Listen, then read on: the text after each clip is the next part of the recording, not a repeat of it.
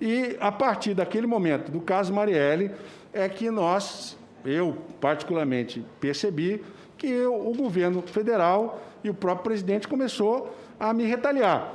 Depois desse evento, eu não fui recebido mais no Palácio Planalto. E nós tínhamos dificuldades de poder falar com os ministros para sermos atendidos. Eu encontrei o ministro Guedes no avião e fui falar com ele, ele virou a cara e saiu correndo. Não posso falar com você. Então, esse não é um comportamento republicano. Quando você tem um governador de Estado em que tem que falar com os ministros para poder levar recursos para o seu Estado, você tem retaliação e depois sobreveio as investigações, da forma como elas foram feitas, né, eu fico claramente, eu posso dizer que claramente eu fiquei numa situação de vulnerabilidade por uma perseguição política num processo criminal que tem, por trás desse processo criminal, uma motivação política em que 2 buscas e apreensões foram feitas. Eu nunca vi, como magistrado, fazer uma busca e apreensão, 3 meses depois você faz outra busca e apreensão. Né? E o juiz ele vai decidir com base naquilo que o Ministério Público leva para ele. Se o Ministério Público leva para ele fatos que estão distorcidos, você só vai descobrir depois. Quantos casos nós estamos falando aqui? Né? O presidente Collor foi absolvido, o presidente Michel Temer foi absolvido, o governador Pimentel foi absolvido por uma atuação do Ministério Público que, ao longo desses anos, vem sendo politizada. Uma instituição que não deveria ser politizada, está sendo politizada. Então, a partir disso, eu vejo vários atos de perseguição política contra mim no exercício da minha atividade democrática, que culminou com o meu impeachment.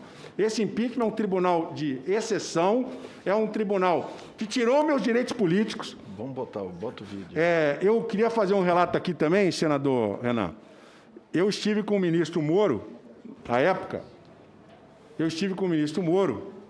e fui pedir a ele que não pedisse de volta os delegados que estavam comigo. Eu tinha 5 delegados federais que estavam trabalhando comigo. Um deles, inclusive, o delegado Bernardo Barbosa, que era da Controladoria Geral do Estado. O delegado Bernardo Barbosa estava levantando uma série de crimes praticados em governos anteriores, inclusive as OS. O delegado Bernardo Barbosa descobriu mais de um bilhão de reais de desvio das OS. E o delegado estava fazendo um brilhante papel. Eu sou chamado, convidado, né, evidentemente, pelo ministro Moro, para conversar. Eu achei estranho, senador Renan. Quando eu cheguei na sala do ministro Moro, ele não quis tirar foto comigo, ele não quis anunciar o meu nome e disse que ele não poderia estar dando publicidade à minha presença no Ministério da Justiça. Quando foi essa conversa? Eu tenho a data certinha na minha agenda. Por favor, se puder nos informar. Vou informar essa reunião.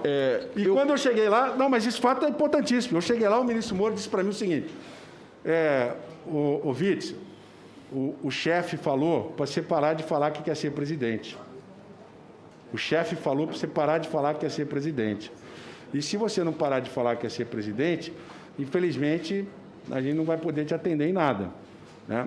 E aí o ministro Moro falou que ia pedir de volta os delegados, porque estava sendo uma determinação do governo federal. Isso é ou não é uma clara intervenção no Estado da Federação, né, onde o ato está materializado de intervenção indevida no Estado da Federação.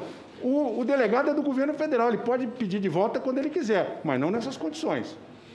Porque não havia justificativa para pedir de volta o doutor Bernardo Barbosa, que estava fazendo um brilhante papel e investigando as OS. Essa relação de OS que eu vou te mandar aqui, porque elas continuam lá operando, livre, leve e solto, e fazendo dinheiro para alguém que não sou eu. O senhor pode informar a CPI o nome... Desculpe, senhor relator. O senhor pode informar a CPI o nome das OS? Quais são? Eu já falei para o senhor.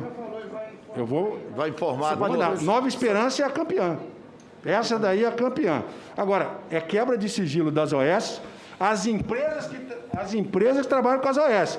Porque quem deve estar pagando a propina são as empresas que estão trabalhando com as OS. O dinheiro em espécie sai do caixa dessas empresas. A OS certamente não tira o dinheiro de uma vez. Mas a empresa do senhor Edson Torres, A empresa desse tipo de gente é que pega o dinheiro em espécie e entrega a propina para quem quer que seja.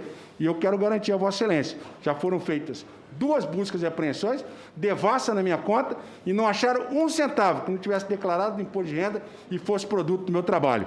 Já no seu Edmar Santos, infelizmente, um grande erro da minha parte, que eu não tinha condição de saber, não é exigível do homem médio que você possa saber que alguém estava com desvio ético da forma como o Edmar estava. Então, infelizmente, ele e o Edson Torres se aproveitaram da fachada do senhor Edmar Santos para entrar e dar continuidade à máfia da saúde no Rio de Janeiro que eu estava combatendo. E o que o senhor falou a propósito da conversa anteriormente relatada com o então ministro da Justiça, depois que ele lhe fez essa indigna colocação em nome do chefe? Eu disse para ele que ele estava indo para um caminho errado. Eu falei, Moro, eu acho que você está num caminho equivocado. Eu acho que se você quer ser ministro do Supremo, você não precisa fazer isso. Se você quer ser ministro do Supremo, você tem que procurar convencer os senadores de, se o presidente vai te indicar, que você é capaz de ser um ministro imparcial, que você é capaz de ser um magistrado que se espera que tenha na Suprema Corte. Agora, esse tipo de coisa, lamentavelmente, de menino de recado, não é o papel que se espera de um magistrado como você, que, como eu, 20 anos de carreira. E esse fato foi um fato marcante nessa história toda, porque foi depois daquele vídeo em que eu fui levianamente acusado de interferir na Polícia Civil. Senador Renan, mais importante ainda, para mostrar o quanto o Rio de Janeiro sofreu com essa intervenção indevida do governo federal. O ministro Moro, logo após o porteiro, isso é importante porque tem a ver com a pandemia. Tudo isso foi um crescente para chegar na pandemia e dar um golpe final contra mim. O porteiro, uma pessoa simples, prestou depoimento à Polícia Civil.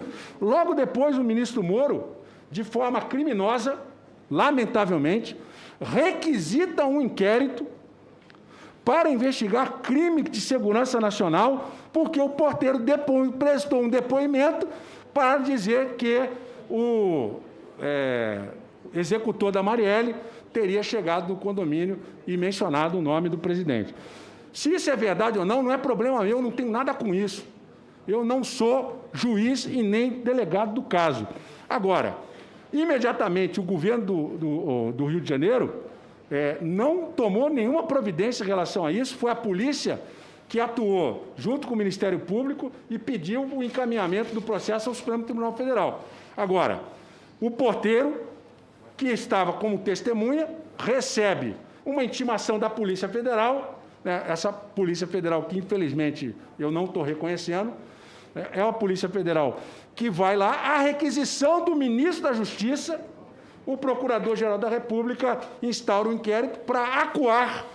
Qual é a outra leitura que se pode fazer disso? Eu sou jurista. É eminentemente uma acuação da testemunha no curso do processo com um inquérito feito por um Estado democrático, que não é democrático, por um Estado, no objetivo de coagir aquela testemunha. Óbvio, depois disso, o que o porteiro fez? Pegou e falou que não tinha nada a ver, que ele se equivocou, e etc. e tal. Eu cheguei a falar com a Defensoria Pública. Vocês não vão fazer a defesa do porteiro? Vocês não vão pedir o porteiro para entrar no programa de proteção à testemunha? O porteiro estava apavorado. Ele não quis mais falar nada, nem entrar no programa de proteção à testemunha. Então, são indícios veementes de que nós tivemos aí atuações de intervenção numa investigação no Estado do Rio de Janeiro e que caracteriza uma série de atos de perseguição a mim, porque eu não me dobro a nenhum tipo de ação ilícita, fui juiz, não admito interferir na polícia, a minha polícia é independente, aliás, a polícia do Estado do Rio de Janeiro. Eu acabei com a Secretaria de Segurança Pública para não ter intervenção na Polícia Civil nem na Polícia Militar. E, infelizmente, isso desagradou a muita gente. Isabelle, por favor, peça para exibir o vídeo número 1, rapidamente.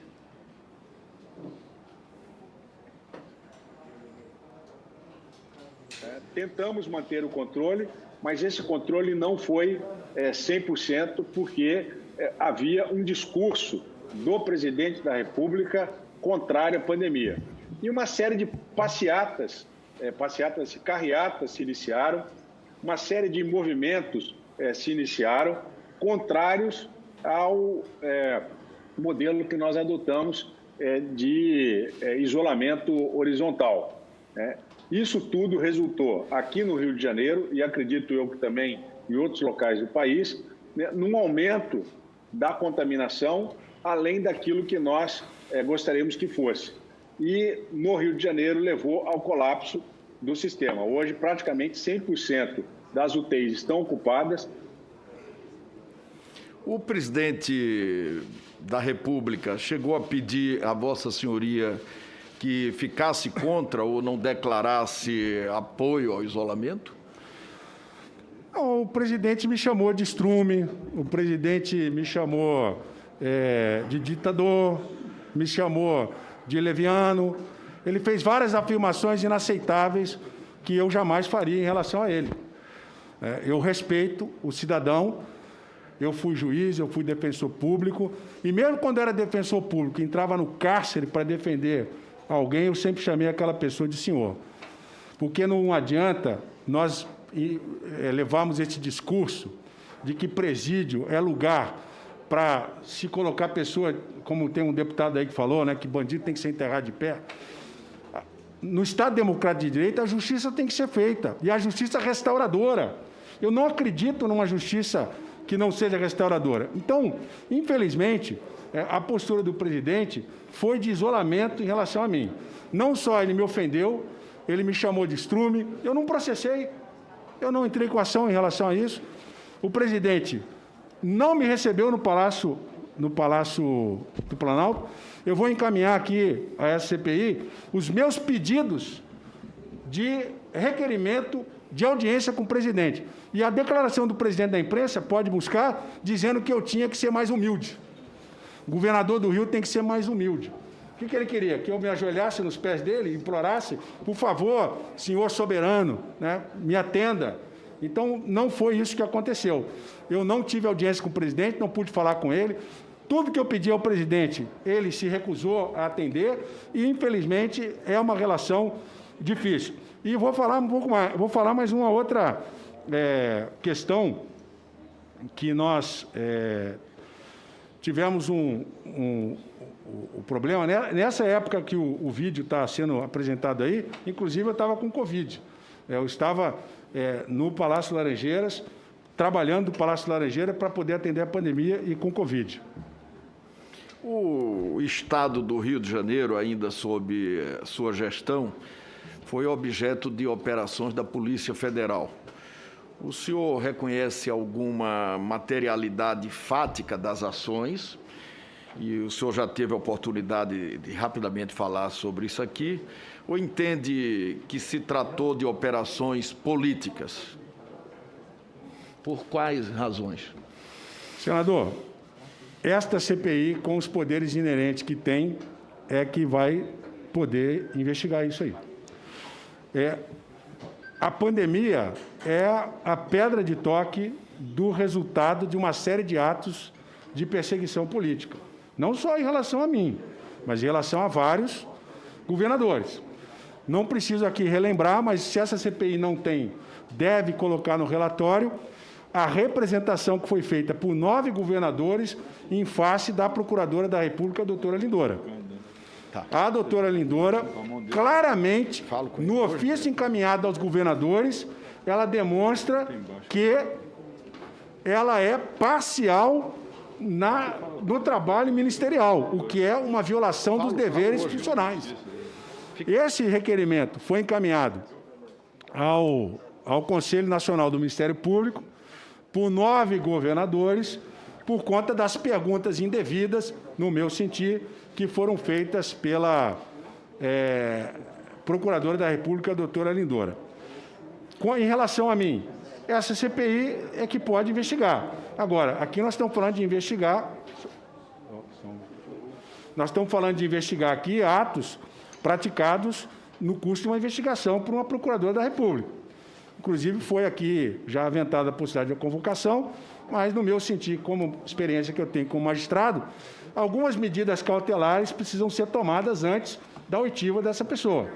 Então, a minha sugestão é que essas medidas sejam tomadas em segredo de justiça, evidentemente, junto ao Supremo Tribunal Federal, para saber de que forma se atuou, de que forma se fez. Eu vou falar aqui sem nominar o fato, mas falei reservadamente, que houve conversas ao longo da noite com o ministro do STJ para poder fazer busca e apreensão em estados da Federação. E, assim como nós vimos o julgamento do Supremo Tribunal Federal, não cabe ao magistrado se reunir até altas horas da noite com quem quer que seja, principalmente do Ministério Público, para tomar decisão, eu acho uma conduta inadequada. Mas, enfim, isso precisa ser, evidentemente, avaliado de uma forma que seja sob segredo de justiça, porque medida cautelar não se toma sem segredo de justiça, a fim de se verificar. Eu tenho todos os indícios de perseguição política, de desvio funcional no exercício da atividade do Ministério Público. Agora, eu, infelizmente, sou vítima dessa história. E se eu estou aqui hoje, é exatamente para pedir o apoio desta comissão para que esse ato atentatório à democracia e que envolve a pandemia, porque a atuação da procuradora envolve os governadores que ela está investigando, no meu sentir, ela deveria imediatamente ser afastada da investigação, porque já está demonstrado que há, por parte dela, interesse numa narrativa do governo federal, o que é inaceitável. De acordo com a Constituição de 88, o Ministério Público ficou totalmente blindado, e deveria ser-lo, da politização. O Ministério Público não mais participa de defesa do Estado. Ele é um órgão independente, antes deveria ser-lo. E isso é algo que precisa ser investigado.